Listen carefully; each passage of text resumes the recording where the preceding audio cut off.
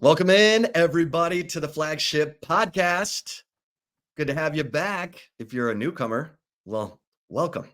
I am Chip Brown of Horns247.com, joined, as always, by my esteemed colleague, the one and only Eric Henry of Horns247.com. And Eric, we always go full disclosure here. We're recording on Wednesday, February 21st. And we are a month out to spring football, which begins on March 19th. We will have some thoughts on that here in a second. We'll also talk some Texas basketball as we head into the home stretch of the regular season. But we did have significant breaking news since our last podcast. That would be the new contract for Steve Sarkisian, who we learned back on January 13th would be getting a 4-year extension. Thanks to a regents meeting that is going on probably right now as we speak. The agenda for that meeting included details of Steve Sarkisian's contract, which will take his salary from $5.8 million he was scheduled to earn in 2024 to $10.3 million, putting him at number 3 among salaries for college football coaches, behind Dabo Sweeney at Clemson, who makes $10.88 million, and Kirby Smart of Georgia, who makes $10.7 million. Sarkisian's $10.3 million will put him just ahead of Ohio State's Ryan Day at $10.27 million. Eric, the timing could not have been better for Steve Sarkisian with Nick Saban retiring when he did at Alabama, because Steve Sarkisian was a candidate for that Alabama job. That means leverage, but $10.3 million. The two coaches ahead of him have won national championships, and plural, they've each won 2. Steve Sarkisian, the highest paid coach without a national championship. Your thoughts?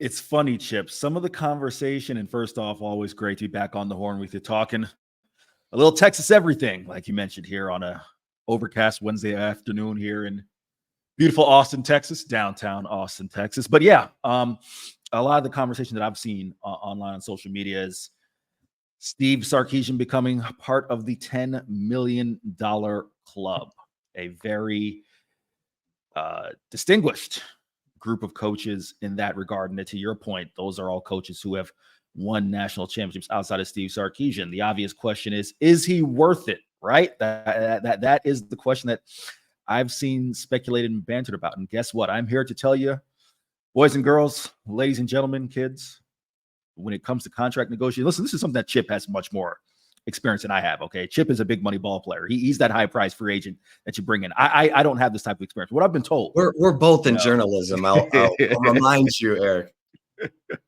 What I've been told is that when it comes to negotiations, it's not necessarily a matter of what you're worth as much as what you can command and what the market says that you can command at that point in time. Chip, Steve Sarkisian's value to this program, again, you are much more equipped. And I'm not even talking about, I'm joking aside from the money thing. I'm just talking about from your time covering Texas. You're much more equipped to talk about this than I am, but he is a legitimate national college football face of a program, someone who you can put out there and say, that's our guy. And now that the wins back up everything else that comes with it in terms of his pedigree, his history, having been under Nick Saban, having worked at SC, having been in the NFL, Steve Sarkisian is absolutely worth that type of salary that he commands. So that is the big thing. I know we're going to go through some of the perks, some of the details of that contract here in a second, but just my initial instantaneous reaction is, yeah, he's worth every penny. What he has been, I mean, listen, I've been here now 7 months, but for the purposes of a football season, I've been here a year, right? And I know what the conversation was, not only here in Austin, but kind of just amongst the college football space as far as what Texas was. You go back prior to last year, and we know what it is now. it's taken a step forward. And again, you can even a major step forward. And you can speak about what it was, 3 years ago to when he got the job, and even coming off a 5-7, right? So all those things in totality, yeah, there's no doubt in my mind that he is worth every penny. Yeah, I think the fact that he just has not made many sideways steps since the off season following the 5-7 year, 3 straight top 5 recruiting classes, the best offensive line recruiting class in 2022. The analysts he's brought in, from Gary Patterson, to Joe DeCamillis and Paul Christ, Payam Sadat. He's clearly got, the respect of other former head coaches, and more importantly, I think he's been transparent with his players to the point where he's not losing guys he doesn't want to lose to the transfer portal, which is a lot in this day and age, because we know it. And look, it's good to be a have. Texas is a have. They have NIL dollars to bring in players like AD Mitchell and Isaiah Bond and Matthew Golden and Andrew Makuba. But you've got to build a culture where your players become your best recruiters, and I think he's done that. And he delivered when he was supposed to deliver. He laid it out there preseason. We think we can win the Big 12. That's our goal. And they went out and won the Big 12 and reached the college football playoff. And so the momentum is squarely on his side. Now, we thought Texas had momentum in 2018 when Tom Herman took Texas to the Sugar Bowl and they beat Georgia.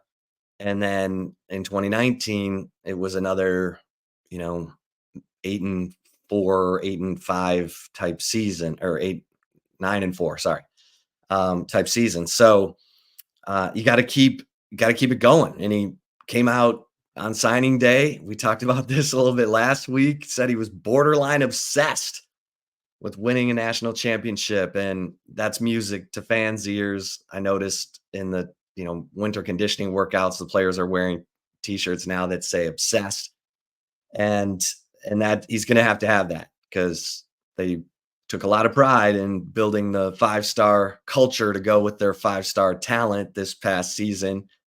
Kind of voicing that the loudest after that Iowa State win in Ames.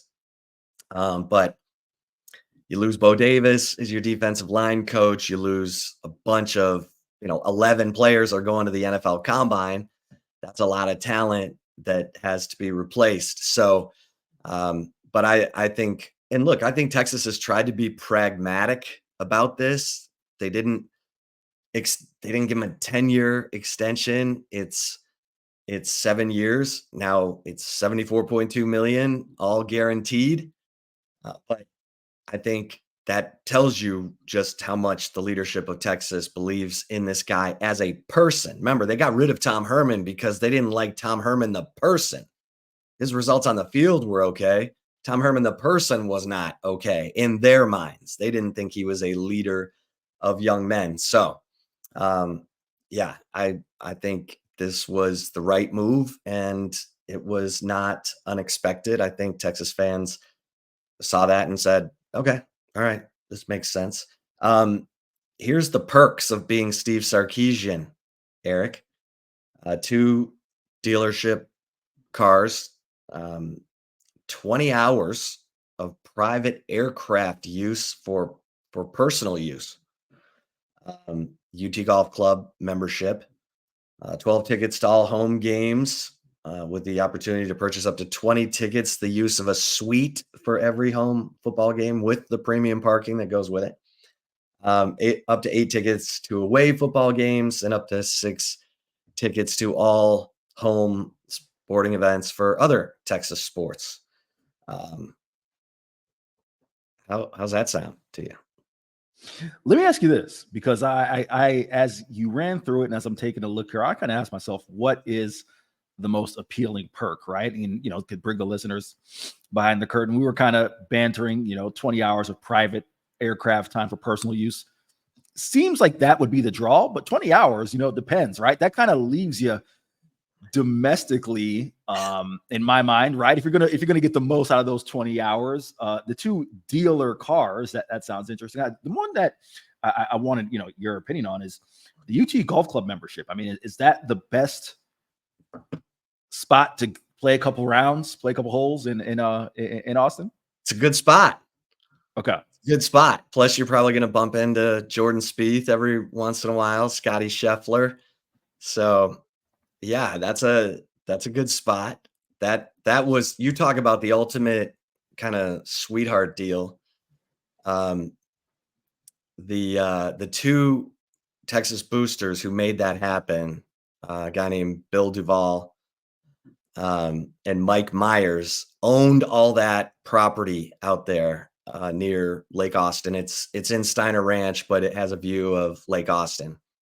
And this is how much they love the university. Instead of building high-end homes on that property and selling them for a fortune, I can imagine, they built the University of Texas Golf Club and gave the school the right to own it. Now, I don't know if this was the right move or not by Texas not to take that ownership.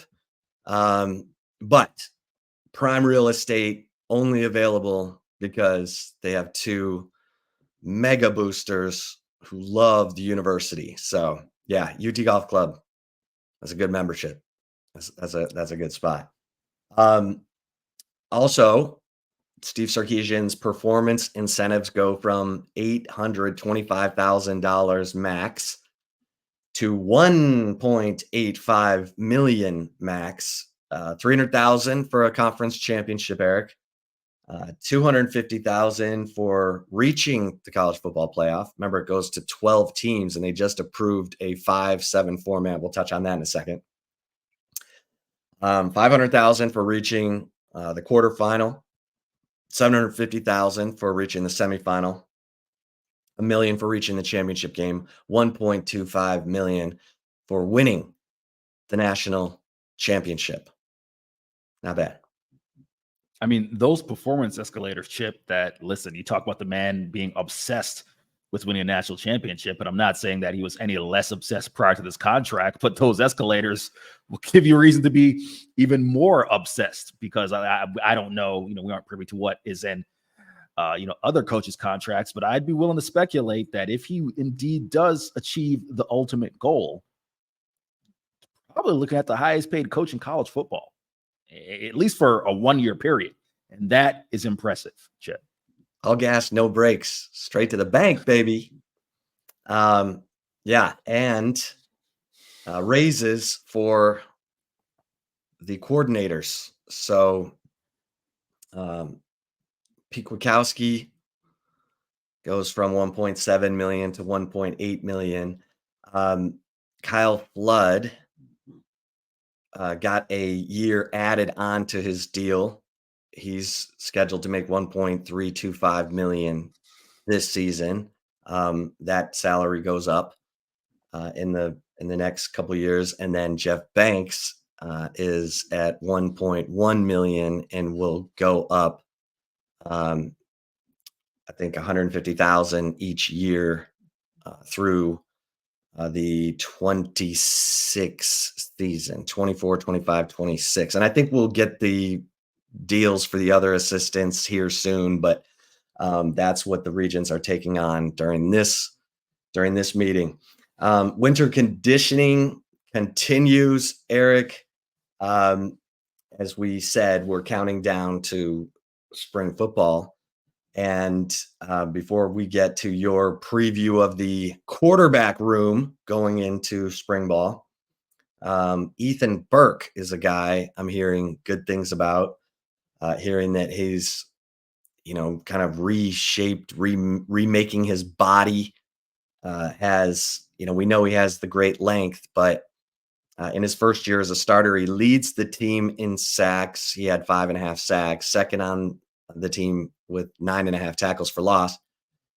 But he is the highest rated returning run defender for the Longhorns in 2024 after the departures of, Tavondre Sweat, Byron Murphy, Jalen Ford. So Ethan Burke, I think this guy has a high ceiling, and I think he's still kind of just getting his legs under him as a football player after being a highly recruited lacrosse player up until about his, freshman, sophomore year in high school when football kind of became a passion. He said he ended up falling more in love with the physical nature of football, even more than the physical nature of lacrosse.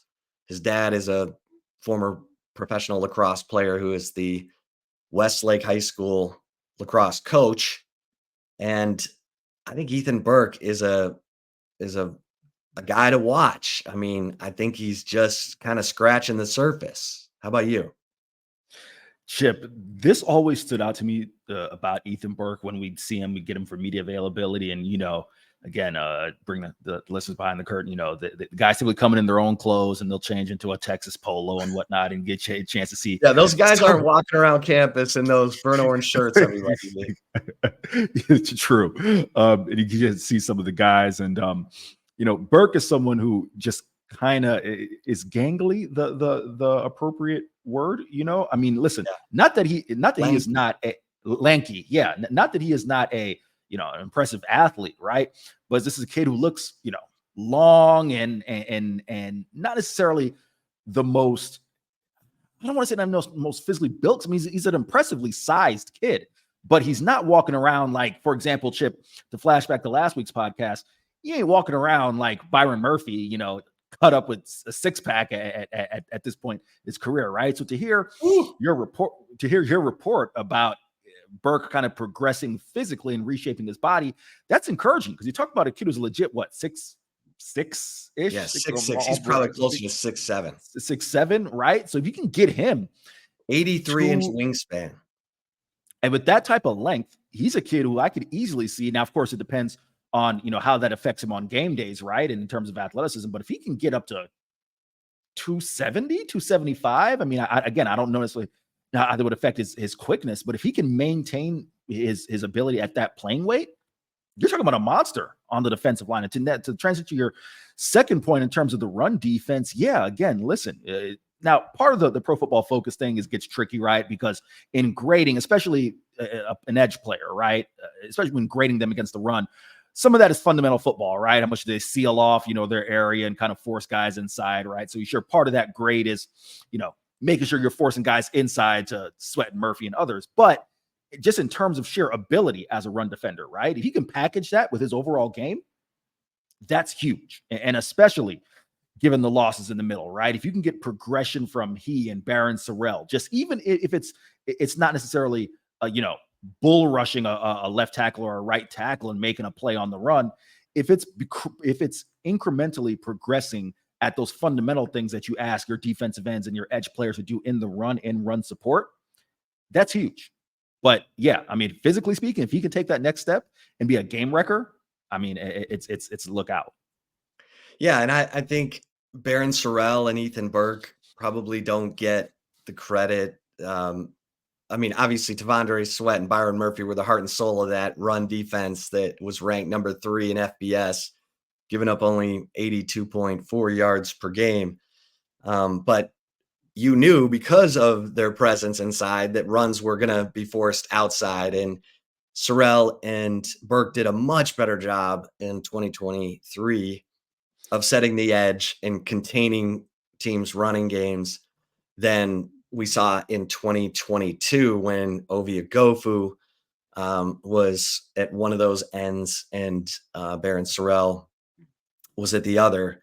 And that that's a big reason why they were the starters. Now in passing situations, you might see Burke come off the field, Anthony Hill move up, depending on what Colin Simmons can do as an early enrollee, who his mom says he's already put on 20 pounds, which is good because if he wants to be an every down player, he is going to have to take on those tackles and set the edge in the run and be able to shed and make the play.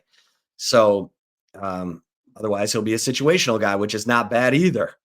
So it will be fun to watch in the spring because that's kind of a loaded, there's depth there. I mean, when you talk about guys like Justice Finkley and Jamon Tapp, and now you bring in Colin Simmons. So let's see who steps up and do they continue with a 4-man line? Do they change things up? We'll have to see. It's been a strength of Texas, the interior guys, and I think they still have enough interior guys where they would be a 4-man line. But it's gonna be fun to watch, and it's gonna be fun to watch the development of both Sorrell and Burke, because Burke had big plays and big games, which is what you like. 2 tackles for loss against Alabama, a fourth quarter sack against Alabama, the 2 sacks against K-State, including the strip sack that led to a Texas touchdown in a game that went into overtime and Texas won 33-30. He had a sack in the Houston game. That was a 1-possession game. Sack in the TCU game. It wasn't like he piled up sacks against Rice and Wyoming. He did it in the big game. He had a half tackle for loss against Washington in the college football playoffs. So that's what you want. I look at Trey Moore. Trey Moore comes in from UTSA, but Trey Moore didn't, all those sacks, he didn't have any against Tennessee. He didn't have any against Texas. He had a lot against some of the lower teams in UTSA's conference. So, and Trey Moore is another guy coming in who, there's expectations for. So I think it's going to be interesting. And I like the fact that Ethan Burke watches Max Crosby film with the Las Vegas Raiders, because they kind of look alike. Like, they're both gingers. They're both really lanky, like you said. And Max Crosby, to me, he was the defensive player of the year in the NFL last year. So, all right, let's move on. We mentioned quarterback. We got to get to the quarterback. Eric has written a part of a series, position inventory we're doing over at Horns 24/7. Eric, tell us about the Texas quarterback room heading into spring football. I mentioned it in the piece. I think if I were a Texas fan, this is probably the most confident you have to feel in this room in a long time. I mean, going back to Sam Ehlinger, and in terms of the depth, listen, I said arguably, but if I really, you held my feet to the fire and I had to make the case for it, I could say this is the most talented quarterback room in the nation. Here are some of the highlights. And again, you go out and check it out, horns247.com. It's a free read. We're trying to throw a couple freebies out there, let the folks get a feel for what we're doing over at horns247.com. But here are some of the highlights in my mind. Chip, 1, this has to be, in terms of the both short-term outlook and long-term outlook for the position, the best case scenario for Steve Sarkisian. You rewind this time last year, you're going back into a quarterback room in which Quinn Ewers is looking to lock down the quarterback job, fighting against Malik Murphy and an incoming Arch Manning. He did just that, which obviously kind of propelled him into the season he had last year. Now entering year 3, playing for Steve Sarkisian, there's no reason in my mind to believe you're going to get anything other than a player who's going to continue to progress and take the next step and really go from, and I think, Chip, you'd be equipped to speak to this, this offense, it was clear that for anything you want to nitpick with Quinn, as far as, maybe not getting the most out of the deep ball, right, with guys like AD and Xavier Worthy and others, the overall efficiency of this offense ran best when Quinn Ewers was getting the ball out of his hands, doing the things they need to do as far as keeping the offense moving, right? Getting the ball to the hands of your playmakers. And when you talk about it, I almost hate it, Chip, because the football environment we're in right now, it feels like we kind of have this dichotomy, right? We talk about quarterbacks either as game changers or game managers, right? And then the way we talk about Quinn, inherently you say, all right, if he's not completing the deep ball at a high clip, somehow that makes him a game manager. No, like, Game manager is delivering the 15-yard strike and having, being in sync with your receivers and taking the plays that are there. That Brock Purdy, you could say, is a game changer based on just doing those things in itself. Game manager, in my mind, is someone you say, hey, just don't lose it for us. Quinn Ewers is someone who goes out and, as shown by his performance in the Alabama game, in the Iowa State game, his best performances came against top-tier competition, someone you can go win the game with. But anyhow, I digress. Into the short-term outlook, Quinn, obviously, that was the best-case scenario. So now what that's done is that buys Arch Manning, someone who clearly, as he stated, when the media contingency is probably an understatement that he had at the Sugar Bowl. Media mob. Yeah, probably a better phrase. He's content being in Austin as a college kid, playing for the Longhorns, having another year of development in playing for Steve Sarkisian, right? He's happy as could be. He is not someone who's, pining for the transfer portal. So you combine those two things together, Chip, that means the long-term outlook for this position. You've got it solidified in my mind. You got to think at least for another 3 years, if not more, because, you're going to get Quinn Ewers. And should he depart for the NFL after this, then you get at least, in my mind, you think 2 years of Arch Manning in this position. That type of long-term stability and solidifying of the position, Chip, not only allows you to build around that position, but when you go in recruiting, in the transfer portal, you don't have to say, Chip, how many teams around the nation, we've seen it, sometimes teams bring in 2 and even 3 quarterbacks in a cycle, right? In an effort to find one guy that they can depend on. If Texas doesn't have to do that, that just gives them the room to just bolster this roster in many ways. So those are some of the highlights. Again, go out and check it out. We get into Trey Owens as well. And overall, quarterback room. Again, Texas had the luxury of getting guys like Charles Wright as a preferred walk-on who have, some lineage and ties to the program. Where 3-star guys, 24/7 3-star guys, that just only helps with the depth as well. They have another one, of course, in Cole Lord, who is a preferred walk-on. I believe his grandfather, if memory serves me correct, was a Longhorn. So, another 3-star guy who could be like Charles Wright and go get a scholarship at App State if he wanted to, but, it's here at Texas. So go check it out. Be part of a series. We're going to do that for every position on the roster. Yeah, you got to have the quarterback. For Texas, you look at their national championships with Vince Young and Colt McCoy, 2 guys whose names are up in the stadium. Quinn Ewers, it was really important to him to win a Big 12 championship. I wrote about that extensively in the Insider last year. He doesn't say a lot, but he's got a lot. We compared him to an iceberg. You see a little bit on the surface, but there's a whole lot underneath with Quinn Ewers. And it was important for him to win a Big 12 championship and for him to come back. And obviously he trusted Steve Sarkisian that he was going to bring in a room full of receivers, which he has.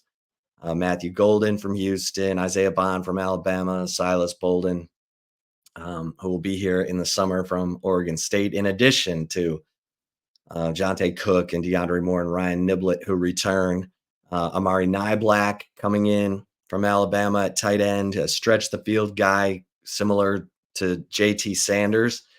Quinn Ewers is now leading this team. When he got here from Ohio State, he was trying to get to know his teammates. Now he's running the show and he's comfortable with it. He knows that the NFL is a business. I think that's why he said, you know what, I'm going to take my time here and get everything I can out of my college experience. And then when I'm ready, not when everyone says I'm ready, I'm going to go to the NFL. And I've been really impressed with Quinn Ewers. I know he came in with the mullet and took some pictures with fancy cars when he got here. But to take on the challenge that he did last year of, not only remaking his body and cutting his hair and his beard and all that, but he apologized basically to Texas fans during the spring saying, I let you down in 2022. And he didn't have to say that. That's a guy who is self-aware, who's accountable.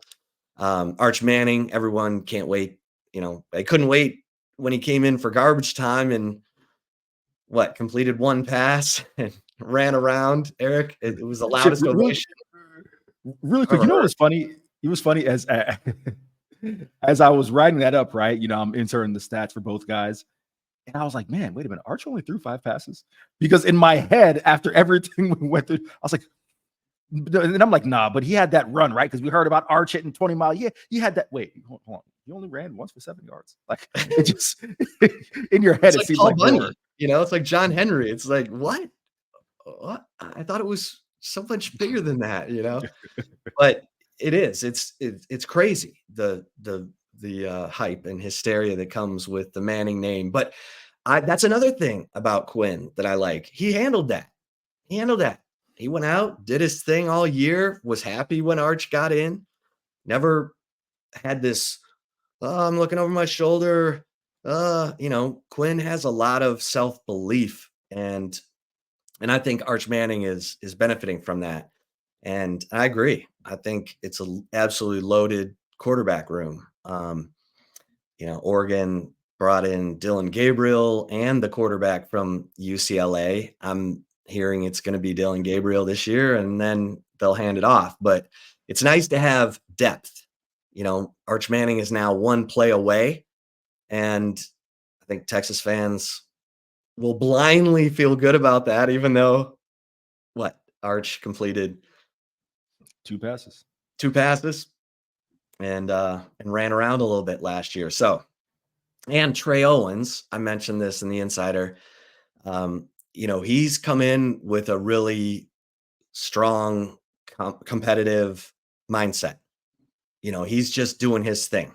And that's what you would expect of a quarterback coming in to Texas. He's not in awe of Arch. He's not in awe of Quinn. He's competing, and that's what you need. And so, Trey Owens joins that room, um, and it's gonna be fun to watch how these guys progress because look, all the love that Texas is getting as they head into the SEC, people are talking about, every we just got that college football playoff format, the 5-7 format. Every projection I've seen has Texas in the playoff next year. So, but I think that's how Quinn Ewers wants it. That's what Quinn Ewers expects. So, yeah, exciting times for Texas fans. Savor this because you've had some great quarterback rooms in the past. Vince Young and Colt McCoy were in the room together. Shane Buechele and Sam Ellinger were in the room together. So, this is taking it up a notch and really exciting times for Texas football. All right, Eric, we've got Texas basketball. It wasn't a win over a top 10 team. It was a win they had to get against Kansas State. Kansas State came in with a very similar record to Texas, same record in conference play. And K-State has, wins over Kansas and Baylor. But they also have a net ranking of 81. Texas has a net ranking of 33. The net rankings are something the tournament selection committee looks at. So Texas could not afford to lose to K-State. It wasn't pretty. It was a grinded out 62-56 win against a K-State team that just isn't, they don't seem very connected, Eric. And they sure made some questionable plays down the stretch, including the flagrant foul on Kendall Weaver, right as the game was, within striking distance for K-State. But Texas at home, which has been a weird place for them this year. At one point, they were 1-4 in home games in Big 12 play. They get it done. Dylan Dizu leads the way. Yeah, Chip. Real quick before I get to Texas, I just want to piggyback off your point on Kansas State. Chip, to talk about, maybe their disconnection, but post game, obviously they're a team that's fighting for NCAA tournament life and they're trying to get in. Chip, their players they brought post game, forgive me, I'm forgetting which two they brought, but you could sense the frustration, almost a point of tears when Jerome Tang mentioned we're just trying to find ways to win, and it's frustrating that we're not getting wins. I mean, so that just stood out to me, is that clearly like that's a team that's just very much pressing, and you almost feel for those kids, just these just despondent looks on their faces post game. But Kansas State's misfortune are the Horns' fortunes, right? So to talk about it, I mean, I guess the really standout things: Dylan Dessou leads the team in scoring for the fourth straight game, 20 points.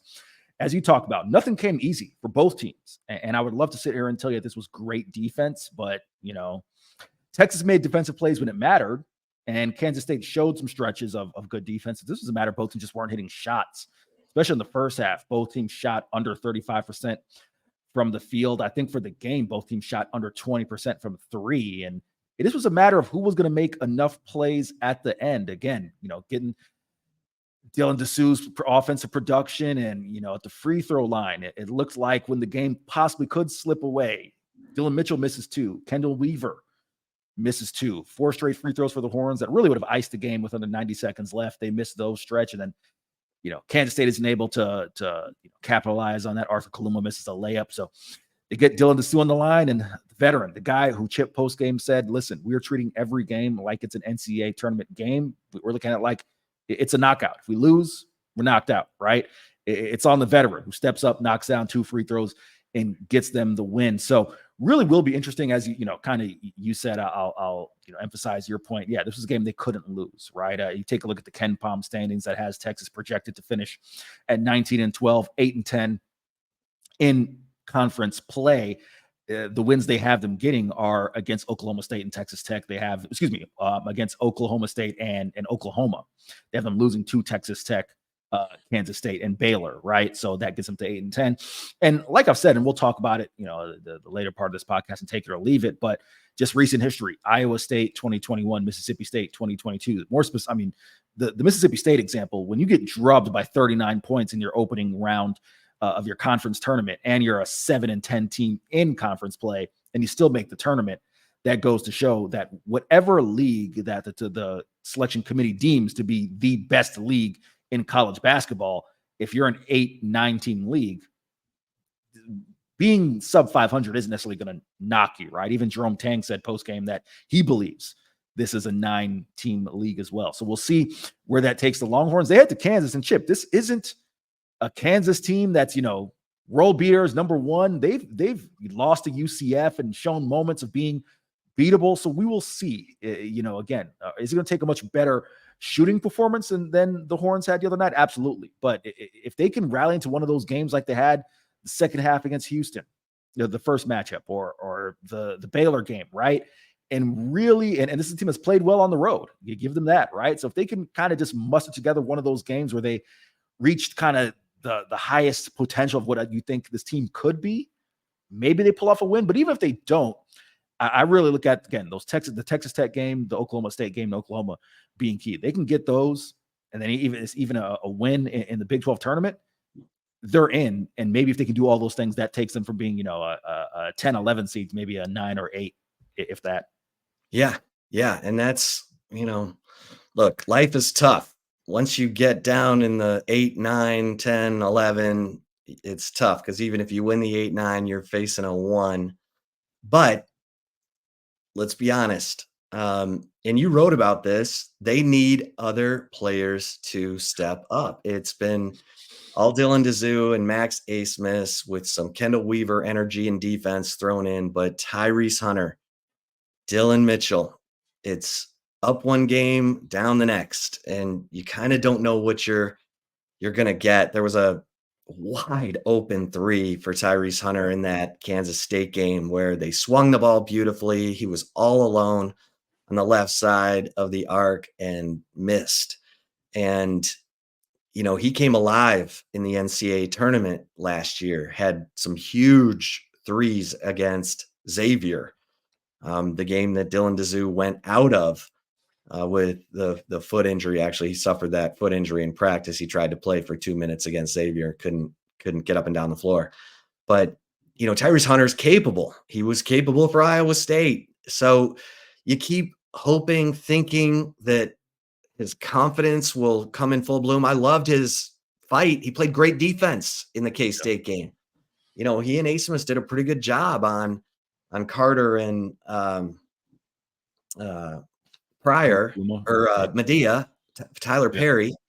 Tyler. Um, and the intensity's there. Hell, he stood up for Kendall Weaver. It looked like, Tyrese Hunter was ready to throw blows after that flagrant foul. You like that. He's a tough kid. And you just want to see him reach his potential because we've seen it. We know what he's capable of. So Dylan Mitchell, it's like wide open 10-footer, wide open 12-footer. They leave him alone. They want him to shoot. And this is a guy who hit 22 balls out of 25 out of the rack at the combine last summer. I don't get it. He had a turnaround baseline jumper in that orange white game that I was like, oh, okay. All right. Dylan Mitchell's, and he's got that little hook shot. Again, it's like, just keep adding. Don't go back. It's like walking in the sand. One step forward, we lose a half a step, and they really desperately need those guys. Brock Cunningham, when he comes in to give him a little boost. It Horton played well in this game against Kansas State. It Horton, Chip, the 2 threes. I'm getting a little feedback. The 2 threes that It Horton hit like in that game, the most points he's had since he scored 20 against UCF. Well, and Eric, I've noticed about It Horton, that's when you want him. You want him mid-game. You want him because his shot does not get better at crunch time. So when he started missing threes, RT took him out, and Kendall Weaver came back in for the defense in the final 4 minutes. That got them against Central Florida. Because if you go back and look, It Horton started missing shots down the stretch, and they might have been able to hang on to that 16-point lead if they had brought Kendall Weaver in to, play some D. Now, they all got to work on their free throw shooting because that's going to get them. I mean, that's going to get them. So, interesting game. And as you mentioned, they go to Kansas this Saturday. Kansas has been unbelievable at home and vulnerable on the road because they're not very deep. They're not very deep at all. It seems like Bill Self's trusting about 6, maybe 7 players. RT, Rodney Terry's trusting 8 players. I mean, this is going to be a battle of attrition, but big game for Texas. And then they will turn right around and play Baylor on Monday. Is that right? Are we already to that? No, I think it's Texas Tech after Texas Kansas Tech. State. Yeah, Tuesday. Yeah. Okay, Texas Tech on Tuesday, and good heavens, we know Lubbock. Have those people gotten over Chris Beard yet? Like Chris Beard, do they know he's at Ole Miss now? Because Eric, when I went out there for the Beard reunion, I thought the whole city was going to come apart. It felt like the whole city was surrounding the Texas team bus. And then they all couldn't wait to get into Supermarkets Arena or whatever they call that place and throw F-bombs at Chris Beard. I mean, it was F you Beard. I mean, like 20,000 people yelling it. So, woo! I'll be making the trip out to Lubbock, so we shall see how the the Red Raiders want to send off the Longhorns in the final Big 12 matchup. So, yeah, that was intense to say the least. All right, Texas women's hoops, real quick before we get to take it or leave it. Texas women's hoops, they've won 6 in a row. They're playing Texas Tech tonight. But Eric, wow, what a credit to Vic Schaefer, credit to Madison Booker, credit to this whole team for sticking together, remaking themselves after losing Rory Harmon to the season-ending knee injury on December 27th. I was looking back at it when they beat UConn and ascended to number 5 in early December. Rory Harmon had 27 points, 13 assists in that game, 5 rebounds, and in a steal, and you realize, gosh, she really was that good. She goes down. Vic Schaefer yesterday likened it to his team having a major heart attack and needing quadruple bypass. And now They've had quadruple bypass with Madison Booker settling in, now leading the team in scoring, 15.9 points, but she's averaging 20 over, the last 4 games. And she is so comfortable just with that pull-up jumper. What a talent. I mean, everybody's talking about her as a freshman All-American. And then you've got good post players and Taylor Jones and Aaliyah Moore. And now Deanna Gaston is getting back after the ankle injury. And if they can get Shaylee Gonzalez to hit her, get that stroke back, she's got such a, great outside shot. It's been up and down. She did have a good game in their last win. Maybe she's snapped out of it because she was in a 6-game rut there. But this team's starting to put it together. They play Texas Tech. They've got Central Florida, your Central Florida Knights on the road, and then the rematch with the Oklahoma Sooners, who it's so weird, Eric. They've been in first place in the Big 12 seemingly all year, and they're only number 23 in the rankings. Kind of weird, but Oklahoma, that's the game that the Texas players are going to want for sure, because that was the game they lost at home, and Vic Schaefer woke them up at, before sunrise and had them practicing their brains out the next morning. And that was the last game they've lost. So what a turnaround. And now they're projected as a 2 seed, Eric, behind number 1, South Carolina, number 2, Ohio State, number 3, Stanford, and number 4, Iowa, with, of course, Caitlin Clark. So hold on to your seats, kids. That Texas women's basketball team is worth the price of admission. Eric, you ready for some take it or leave it? No doubt about it, Chip. I am ready for some take it or leave it. All right, let's do it. We'll be right back here on the Flagship Podcast. And if you're watching us on the Horns 24/7 YouTube channel, we will roll on into some take it or leave it, Eric. All right, I'm going first here. The position you have the biggest question mark heading into spring football is receiver. Take it or leave it. Oh man, this one was tough because I wanted to go with receiver, but listen, and I wrote about this in the offseason about a month and a half ago. The reason I'm leaving it, Chip, and the reason I'm going with defensive tackle, we've talked about it a bit on this podcast, just the level of play of Sweat and Murphy. It's not that we don't expect that AC, Vernon Broughton, Tia Savea, the young guys, Bledsoe, Sadira Mitchell, Zach Swanson, Aaron Bryant. It's not that we think those guys won't be good, right?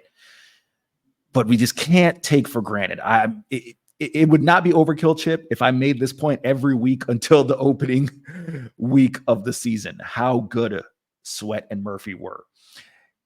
Can those guys, at least as a whole collective, reach some measure of that play? Not as one guy, not as 2 guys, but as a whole room.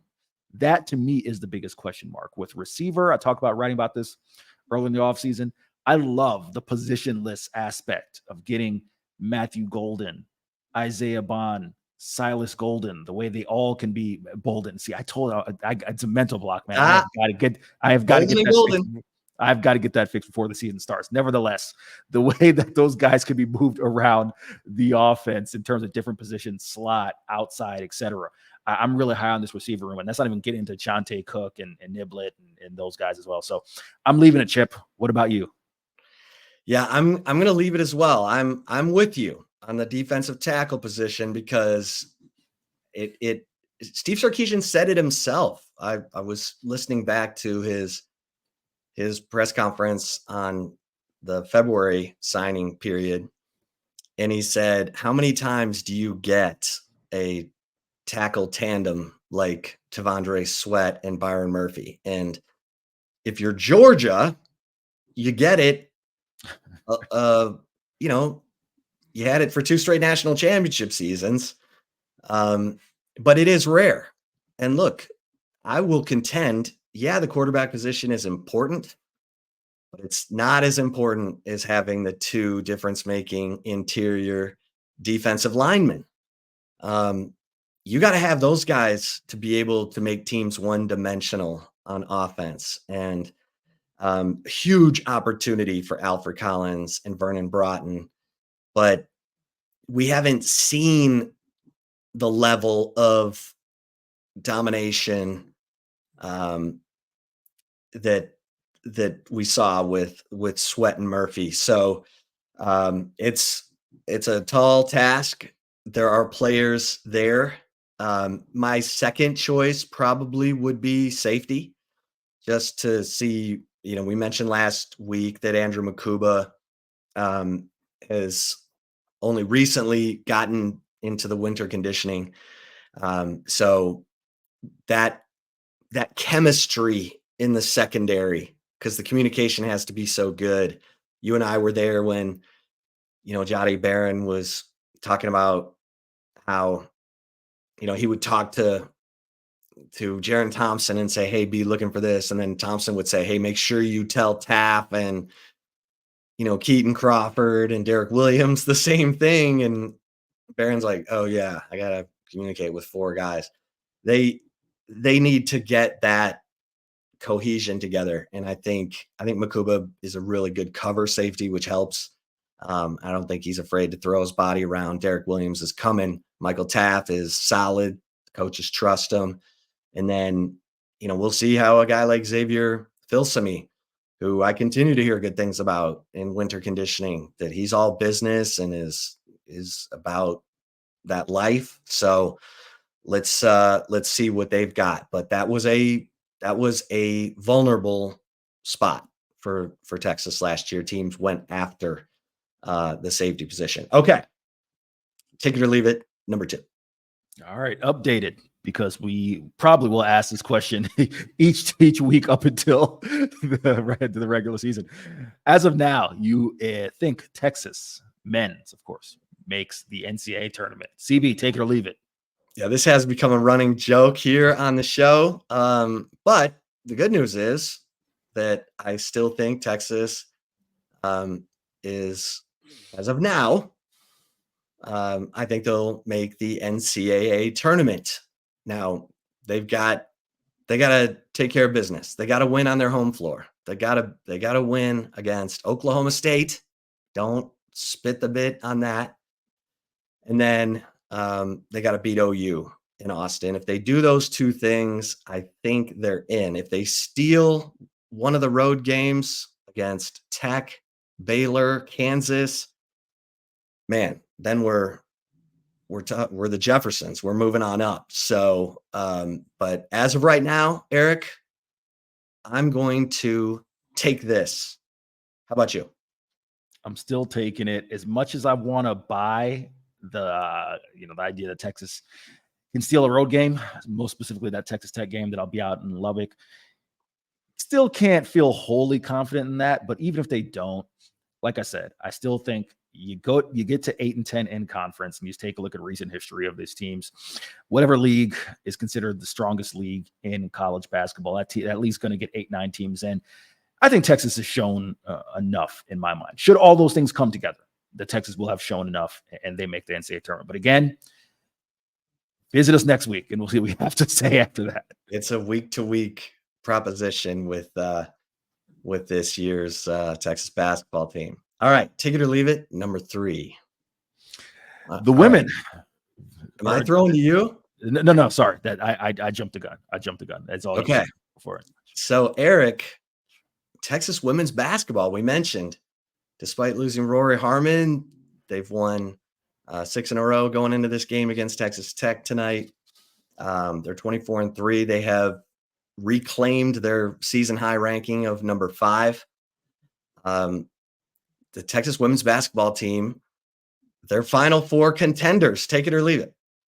I am taking it, Chip. One player who we didn't mention in our earlier rundown of the women is Shea Holly, who, Big Shea from company just can't be raved more enough, highly enough about her impact on this team and kind of the intangible she brings. And this has been, Chip, in my mind, you talked about it, the way they've rallied around Rory Harmon's injury and been able to come together and regain their number 5 ranking. Listen, and then this is the biggest thing in my mind. I'm definitely curious to get your take on how you feel about this. South Carolina has definitely become the new UConn, in women's basketball, but I'm going to make 2 points in one. Any year that you don't have that UConn-like team that seems so unbeatable, the field is wide open. And B, I take a look at South Carolina, Dawn Staley's club. Now, listen, you got to love Dawn. I love everything about Dawn Staley as a coach, but they've been pushed twice. Georgia pushed them. Now, granted, the final score of those games ended up being double-digit wins. They were pushed against Georgia. I believe they were pushed.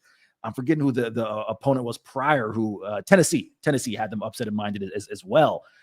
So they're not unbeatable. Certainly, are they the top team in the nation? Yes. But this is not that UConn unbeatable, like team. So we'll see what happens. But yeah, I'm really optimistic about Vic Schaefer's club being Final Four contenders. Yeah. South Carolina, Camilla Cardoso. If you have not seen her play, 6'7" and skilled, 14 points, 10 rebounds per game. She'll remind Big 12 fans of Ioka Lee at Kansas State. When you have that skilled 6'7" player in the women's game, you've got an advantage. But Texas with Taylor Jones, Aaliyah Moore, Deanna Gaston is a key for this team. She has got to get back to being that athletic, make plays around the basket, steal possessions player for Texas, because she's the most athletic of the bigs outside of Amina Mohammed, who I love Amina's game. I just wish she would be a little more patient around the rim. She rushes her shots a little bit, but this team seems to believe, and they still have work to do. There's no question, but I'm going to take this as well, Eric, because Vic Schaefer in the NCAA tournament, I know they had the hiccup at home last year against Louisville. But Elite Eight, his first 2 years, the first year was with a team that was a 6 seed. So I never count out Vic Schaefer. So I will take this as well. And we will not ever take our audience for granted. Thanks so much for spending some time with us here on the Flagship podcast. Make sure you like and subscribe to the channel. And if you're listening to us on some other platform, please feel free to give us a 5-star rating and a review, positive review. It'd be nice. We'd appreciate it. Make us a favorite so that you don't ever miss an episode of the Flagship podcast. For Eric Henry, I am Chip Brown. Until next time, we'll see you over at horns247.com. Stay safe and keep the faith.